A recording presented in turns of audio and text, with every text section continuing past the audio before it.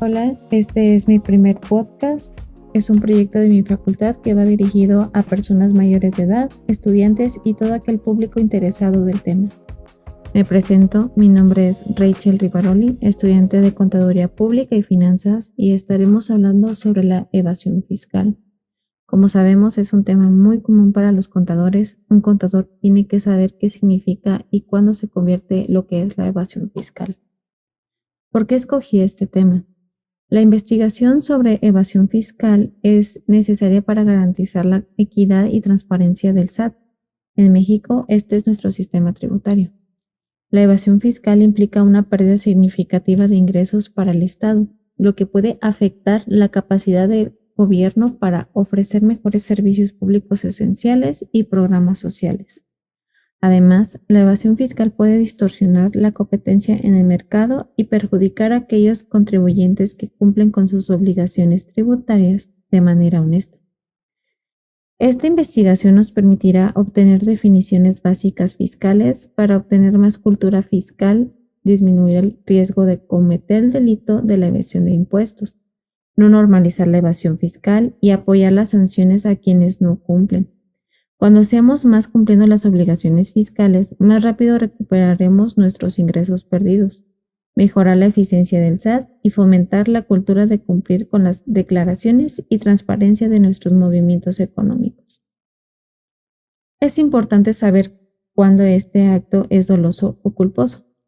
Se vuelve doloso cuando el contribuyente deja de pagar impuestos o paga la minoría con las estrategias corruptas, fomentando la normalización de la evasión fiscal. ¿Cómo le explicas al SAT que gastas mucho, pero ganas poco? O sea, ¿de dónde se obtiene ese dinero? Para el SAT, cuando pagas o te pagan con efectivo, es evasión fiscal. El delito se vuelve culposo cuando el contribuyente no tiene conocimiento sobre el cumplimiento de las obligaciones fiscales. También se puede considerar que en las zonas rurales es común no tener conocimientos fiscales porque tienen otro estilo de vida o diferentes oportunidades socioeconómicas. Bueno, espero que les pueda ayudar estas definiciones básicas que vamos a ver. Recordando que estoy aprendiendo con ustedes, esto te va a ayudar a ti y a mí. En México, la mayoría de edad se alcanza a los 18 años, según en el artículo 646 del Código Civil Federal. A partir de esta edad, las personas adquieren plena capacidad legal para realizar actos jurídicos, como votar en elecciones y ejercer otros derechos y obligaciones como ciudadano. Las obligaciones fiscales, por ejemplo. El Código Civil Federal es un ordenamiento jurídico que rige en toda la República Mexicana en asuntos de naturaleza civil del orden federal, como el acta de nacimiento, el acta de matrimonio, el acta de divorcio, las personas morales y físicas, tanto sus obligaciones y derechos, la potestad, la adopción, entre otras cosas más que tiene tanto derechos y obligaciones un ciudadano mexicano. Las obligaciones fiscales son un conjunto de responsabilidades que tenemos con el SAT, como el pago de impuestos. ¿Qué son los impuestos? Los impuestos son una contribución obligatoria tanto de las personas físicas y morales para los servicios del país y beneficios a la sociedad. El SAT es el Servicio de Administración Tributaria, o sea, es una organización donde nosotros los mexicanos tenemos que ir a entregar o cumplir nuestras obligaciones como todo trabajador. La persona física es el individuo que genera actividad económica. La persona moral son un grupo de personas físicas que buscan un beneficio monetario. Ambas se conocen como sujetos o contribuyentes fiscales. Las obligaciones fiscales en México están reguladas por un conjunto de leyes federales que establecen los derechos y obligaciones tributarias de personas físicas y morales.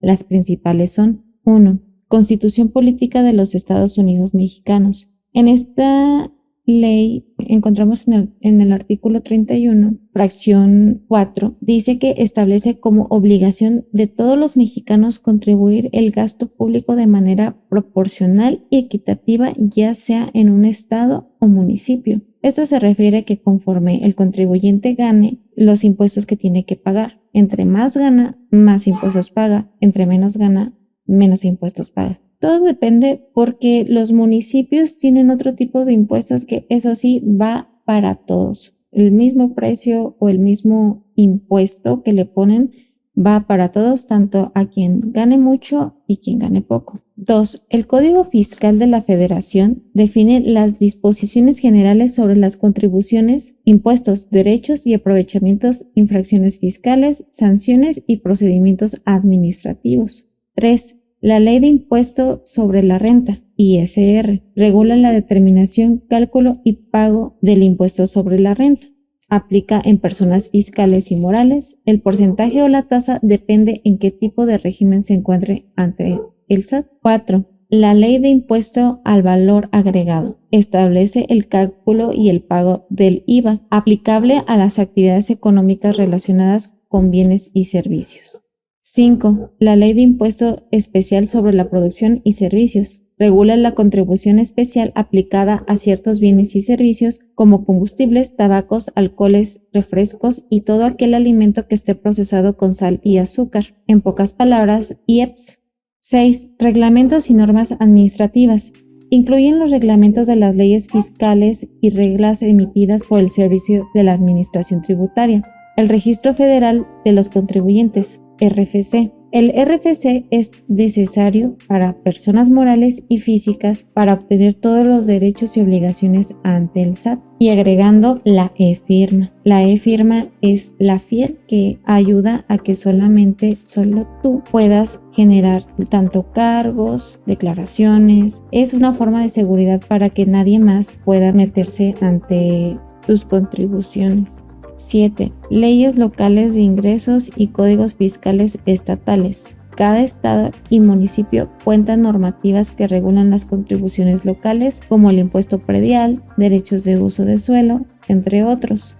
Por último, tratados internacionales. México forma parte del Tratado de Doble Tributación, que busca evitar el pago de impuestos duplicados en operaciones internacionales.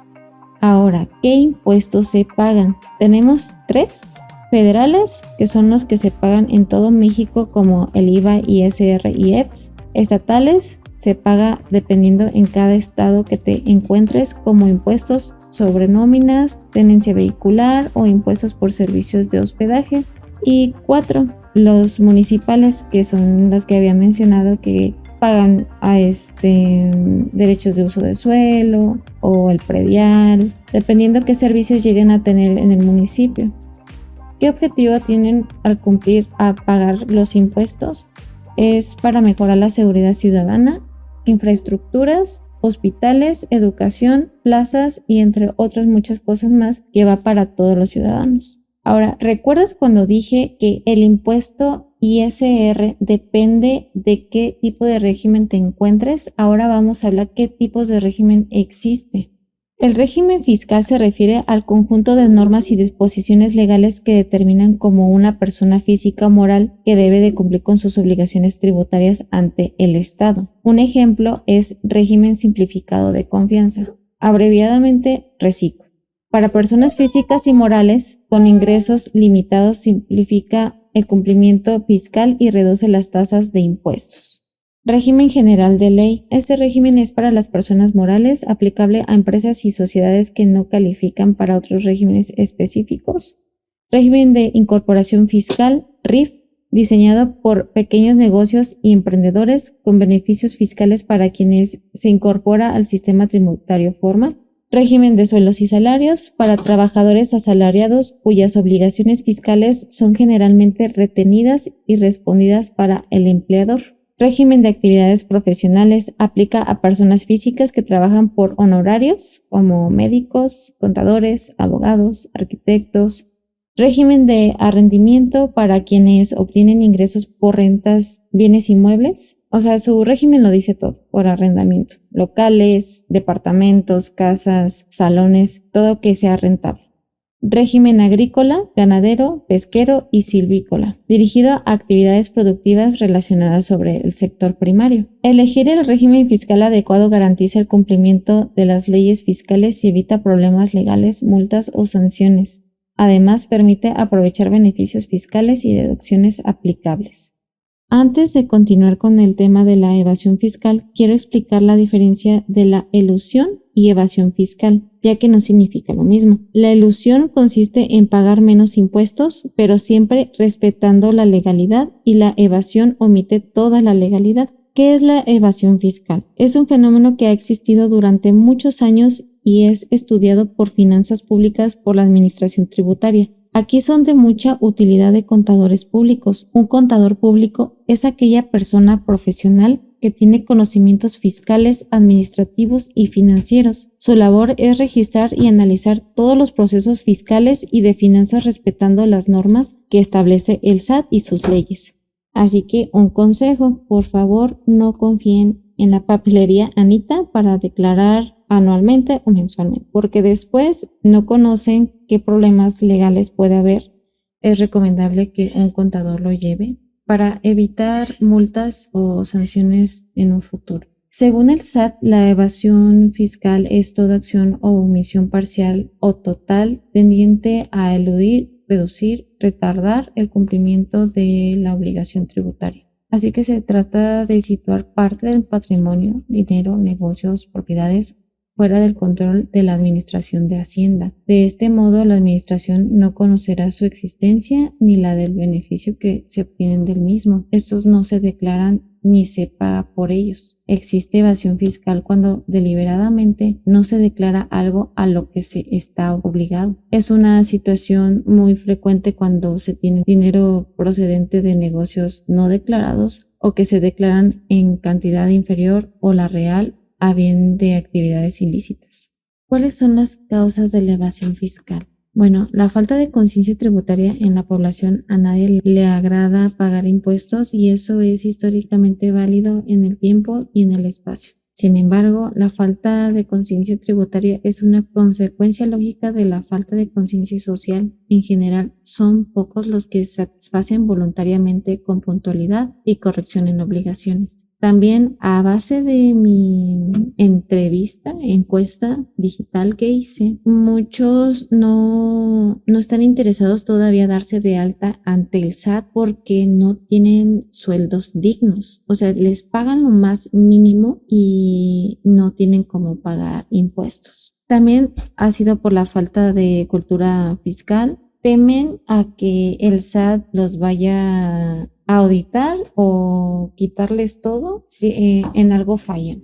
También yo vivo cerca de una comunidad indígena y he notado que cuando son autogobierno prefieren que esos impuestos que van para el gobierno sean para la comunidad, el servicio y mejoramiento para la comunidad, porque entre ellos así viene el progreso que promete el gobierno y lamentablemente a veces no se cumple y ellos sí lo hacen real. Así que también las causas de la evasión fiscal ha sido por la desconfianza de que no se ven progresos ante el pago de nuestros impuestos, que se supone que es para mejorar todo México. Esta es una razón que manejan sobre todo los partidos políticos de oposición ante el sentido de que los ingresos públicos no han servido para aliviar la situación de pobreza, inseguridad, salud y otros servicios. No me estoy metiendo en temas políticos, no me estoy dirigiendo a un partido político, pero realmente no hemos visto un cambio. Entonces, como contribuyentes es donde se desaniman al decir de que, bueno, ¿para qué pago impuestos si al final veo todo igual? Tipos de evasión fiscal. Su declaración de impuestos. Queda claro que la cantidad de impuestos a pagar depende de las ganancias obtenidas. Por tanto, para pagar menos impuestos habrá quienes declaren a Hacienda unas ganancias inferiores a las que realmente están obteniendo. Otro tipo es el paraíso fiscal. Recordemos que un paraíso fiscal es un estado con una carga impositiva mucho menor que en el resto de los demás países. Esta circunstancia termina por atraer los que no son residentes. Fideicomiso podría considerarse como una variación de testaferro. Consiste en que el propietario se da un bien o una sociedad para que alguien lo gestione en favor de terceras personas. Cambio de país de residencia.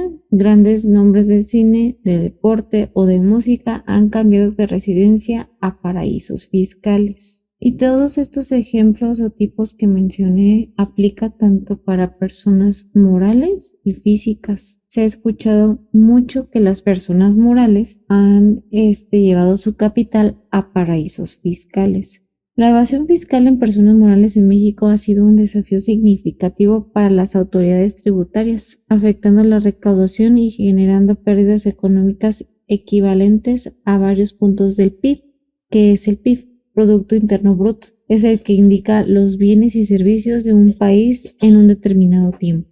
El SAT ha buscado estrategias para obtener mejores resultados en las empresas y para estar más informados en sus movimientos. Buscará verificar que las empresas cumplen con sus obligaciones fiscales en materia de importación y exportación, retenciones. Una persona moral evita sus obligaciones de la siguiente forma. Declaración de ingresos menores reales, lo que habíamos dicho que las empresas pueden reportar ingresos inferiores efectivamente obtenidos, es del ISR, IVA e incluso puede ser de la IEPS, porque hay empresas que venden productos procesados con alcohol o tabaco. Uso de facturas falsas, utilizan comprobantes fiscales digitales emitidos por empresas fachada para justificar gastos inexistentes o inflar deducciones, disminuyendo así su base gravable. Simulación de operaciones. Algunas empresas simulan transacciones comerciales o financieras como préstamos inexistentes o venta de activos para generar gastos deducibles y reducir el monto de impuestos a pagar.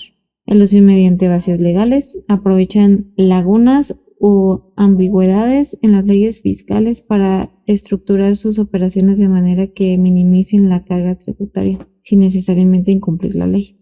Fragmentación de operaciones. Dividen las operaciones entre varias empresas relacionadas para evitar revisiones o auditorías. Esto me hace recordar el oligopolio.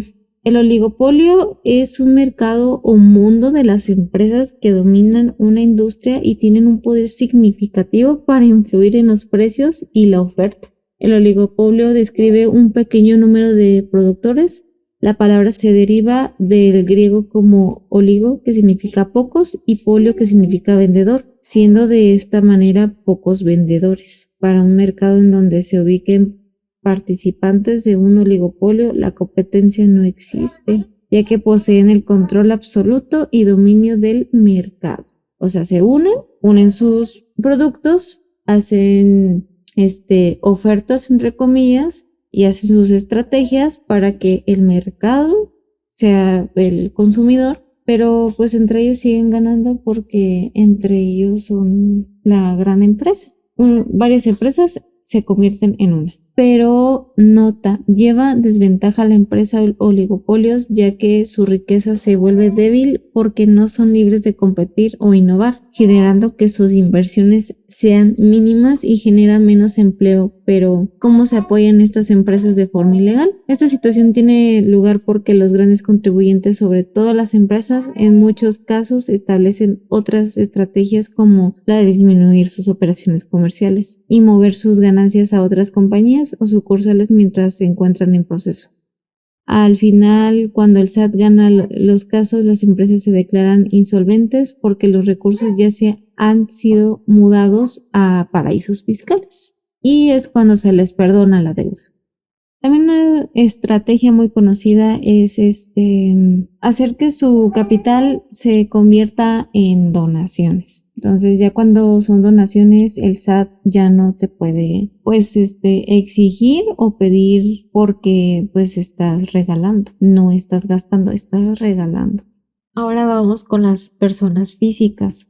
Una forma de cuál evadir impuestos es no declarar ingresos, lo cual ya habíamos mencionado. Una de las estrategias más habituales es omitir ingresos provenientes de actividades económicas como honorarios, rentas, ventas informales o trabajos independientes. Aquí un punto quiero mencionar de lo que he aprendido tanto en mi servicio social y pues a base de mi carrera. Hay muchas cosas que son deducibles. Y las cuales son los honorarios médicos, gastos funerarios.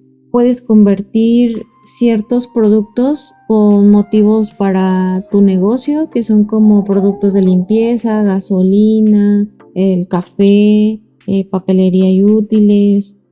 Los honorarios médicos abarca lo que es psicólogo, lentes, gastos de medicamento. Entonces hay muchas cosas que sí son deducibles, pero a veces por falta de conocimiento no sabemos qué deducir. Y pues las que no son deducibles, que ya se ha hablado muchas veces, es la despensa. O el que pagues una clase extra de hobby, como por ejemplo una clase de arte, una clase de guitarra, o cosas así, eso no es deducible. Entonces hay que ser conscientes en esta parte de que cuánto estamos ganando. Yo creo que cuando nos damos de alta y claro, no todos llegan a ganar mucho, algunos llegamos a ganar el sueldo mínimo, me incluyo porque no he llegado más que el sueldo mínimo, pero hay que ser conscientes en que podemos registrar ante el SAT de que ok, estoy ganando esto y pues gasté en esto, entonces quiero que esto sea deducible. Y claro, no siempre o nunca sobrepasar esos gastos con lo que ganas, porque es cuando ahí el SAT dice, oye, pues estás ganando poquito y estás gastando mucho, entonces ¿cómo me explicas esto? ¿De dónde estás obteniendo el otro ingreso? Y eso muchos contribuyentes cometen error. Otro punto de cómo evaden: declaraciones falsas, inflar deducciones o declarar gastos inexistentes para reducir la base gravable. Esto incluye reportar supuestos pagos de servicios médicos, colegiaturas o donativos no realizados. Sí escuché un caso, a mí me tocó un caso en donde una conocida sí llegaba a hacer como facturas. No me acuerdo si lo pedía a terceros o ella los generaba, pero sí lo ponía a su favor. Y hasta ahorita no he conocido que le haya pasado algo ante el SAT. He escuchado casos en donde sí meten gastos que no hicieron para tener saldo a favor. Uso de facturas falsas, adquirir comprobantes fiscales emitidos por empresas. Informalidad económica, realizar actividades económicas sin estar registrados ante el SAT. Esto es común en pequeños comerciantes y trabajadores por cuenta propia. Hay muchos motivos de por qué hay comerciantes ambulantes. Les digo, no me quiero meter en cuestiones políticas, estoy nada más enfocándome al tema de evasión fiscal, pero sí quiero mencionar esto de muchos comerciantes pues hacen lavado de dinero. No hay un registro como tal, te pagan con efectivo, das cambio con efectivo, inviertes con efectivo, entonces no tienes algo como que fijo o legal, entre comillas, solamente estás pagando el uso de piso, tus inversiones, pero pues se sigue pagando con efectivo. Es uno de los motivos de la evasión fiscal. Incluye la venta de bienes y servicios sin registrar ingresos, pagar impuestos o cumplir en las normativas laborales de seguridad social. Según IRMA 2012, puede ser un tipo de evasión fiscal en la cual los individuos presentan servicios, comercializan y compran productos el cual no paga o no contribuyen al erario público en forma directa, como había mencionado. Y ahora menciono un comentario más, o sea, una opinión más. Nota: el comercio informal es causado por los salarios mal pagados, la pobreza, la carencia de trabajo, por lo que el comercio informal se encuentra dentro de las posibilidades más cercanas e inmediatas de subsistencia económica por un alto porcentaje de la población mexicana, en cual de las que habitan en las comunidades urbanas. La parte de sobrevivir aquí en México, que es la mayoría, es la parte de ser comerciantes. Y nosotros también apoyamos el comercio. Aquí hay un punto en donde también, ¿dónde van nuestros impuestos? La gran extensión de comercio informal tiene como efecto que la microeconomía del país se ven afectada, provocando un debilitamiento o recesión, ya que estos no pagan sus contribuciones, dándose una menor capacitación de impuestos y haciendo que la sufragación del gasto público no se pueda llevar a cabo. Entonces, como pudimos ver, las actividades son muy similares, pero sí tienen gran diferencia con los tipos de cargo y tasa, por eso sus estrategias pueden cambiar un poco. También quiero mencionar el lavado de dinero. El lavado de dinero, esto se considera un delito, consiste en ocultar el origen ilícito de bienes y recursos obtenidos a través de actividades ilegales. Comúnmente es venta de drogas. El tipo penal que se encuentra previsto en el artículo 400 bis del Código Penal Federal. Según García, el lavado de activos, también conocido como lavado de dinero, es una actividad ilegal que consiste en el proceso de hacer que fondos o ganancias obtenidos de manera ilícita aparezcan como legítimos y provengan de fuentes legales. Este proceso generalmente consta en 3 etapas principales. Colocación. En esta etapa, el dinero ilícito se introduce en el sistema financiero a través de diversas actividades para alejar el dinero de su origen ilegal. Esta tipificación, esta fase se busca confundir al rastro de dinero, moviendo a través de múltiples transacciones y cuentas financieras. Integración. En esta etapa final, el dinero limpio, entre comillas, se reintegra en la economía legal de manera que parezca completamente legítimo. Se puede entender que la colocación son los depósitos, la estratificación es cuando se oculta en la variedad de transferencia o cheque, y la integración es cuando se puede comprar bienes inmuebles. Así es, muchas veces se hace lavado de dinero. Tienes una cantidad y ¿qué haces? Gastarlo en propiedades como casas, terrenos, carros. Hay otras cosas más para convertirte o tener riqueza, entre comillas, y pues sí pasa mucho en México. Esta es una actividad realizada por la delincuencia organizada, el cual es mayor porque participan actos ilegales e ilícitos y son el doble de consecuencias a la sociedad, pero también participa en la evasión fiscal. ¿Qué es ilegal? Es aquello que está en contra de la ley o viola las normas jurídicas. Y pues esto aquí sí ya viene parte que el gobierno lo debe de ver cómo solucionar, porque muchos sí ganamos dinero limpio, pero otros no, y tienen sus trucos. Ahora, ¿cuáles son las consecuencias de la evasión fiscal? Consecuencias de la evasión fiscal. El contribuyente tendrá sanción, ya sea doloso o culposo su cometido. El SAT no te pregunta, oye, si tienes conocimiento fiscal. No, bueno, entonces te perdono. No, va parejo para todos. Es por eso que es importante tener conocimiento, tan siquiera lo más básico, para que evitemos estas sanciones. Delitos fiscales básicos. Se trata de que los contribuyentes que cometen cualquier delito fiscal básico de los contenidos en el Código Fiscal de la Federación, para este caso, las sanciones serán las siguientes: 2 meses hasta 9 años de prisión. No hay prisión preventiva. Aplica los beneficios previstos por la ley. Los delitos fiscales graves son uso de documentos falsos, proporciona datos falsos para obtener devoluciones, compensar o acreditar impuestos, no cuenta con registros contables, no informa de las retenciones que realiza, las pérdidas fiscales que reporta son inexistentes, su defraudación es por más de 7.8 millones de pesos. ¿Y qué pasa con estos delitos? Prisión de 3 hasta 13 años y medio de prisión. Sí habrá prisión preventiva y puede concederse el perdón. Cuando pagues el tiempo definido, ya eres libre.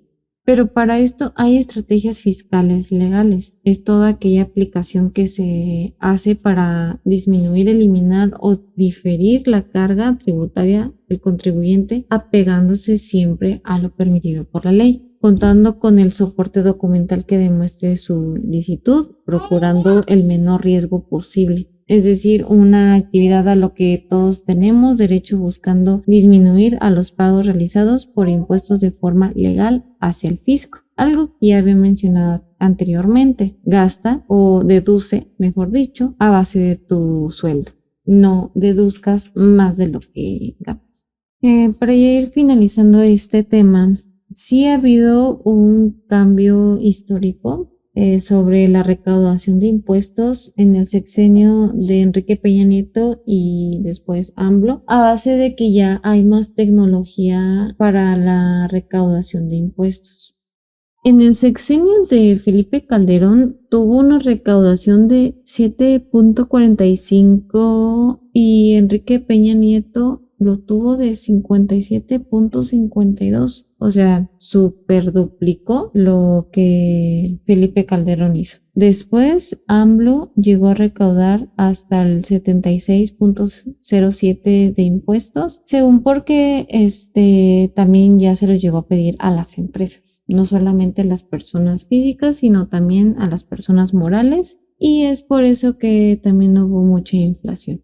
Las herramientas como la inteligencia artificial, Big Data y análisis predictivo permiten detectar patrones de evasión y anomalías fiscales. Entonces, siento que esto es lo que ha ayudado a recaudar más impuestos, porque estamos en la cuarta revolución tecnológica, entonces yo creo que ya es momento de que pues existan muchas formas de que los contribuyentes o las personas mayores ya tengan que estar registrados tan siquiera en el SAT. En mi generación ya tienes que registrarte o sacar tu RFC para poderte titular, lo cual antes no pasaba. Entonces tan siquiera ya estás registrado y te activas cuando ya tienes empleo. Algo justo, me imagino.